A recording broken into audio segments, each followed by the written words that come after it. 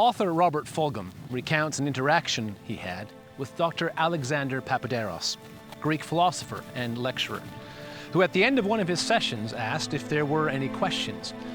Robert Fulghum put his hand up and asked, "What is the meaning of life?" The usual laughter ensued, and people began to prepare to leave.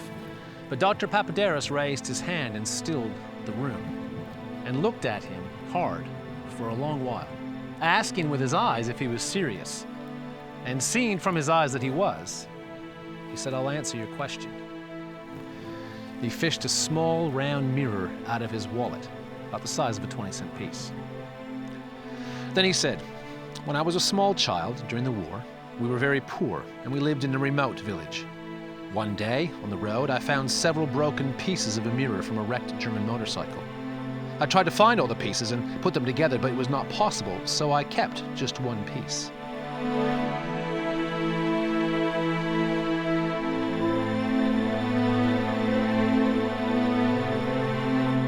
And by scratching it on a stone, I made it round. I began to play with it as a toy and became fascinated by the fact that I could reflect light into dark places where the sun would not shine, in deep holes and crevices and dark closets. It became a bit of a game for me, to shine the light into the most inaccessible places that I could find. I kept the little mirror, and as I went about my growing up, I would pull it out in idle moments and continue the challenge of the game. As I became a man, I came to understand that this was more than a child's game. It was a metaphor for what I might do with my life.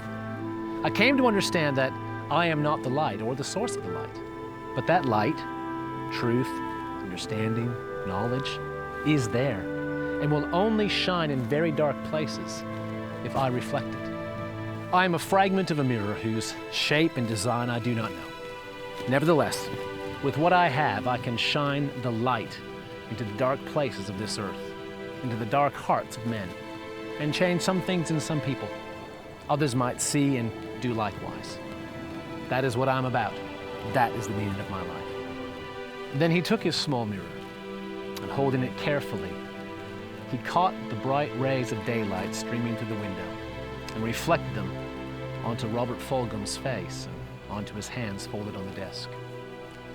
Robert Fulghum concludes this story by saying that much of what he learned by way of information about Greek culture and history that summer had been lost to memory. But in the wallet of his mind, he still holds a small, round mirror. Are there any questions?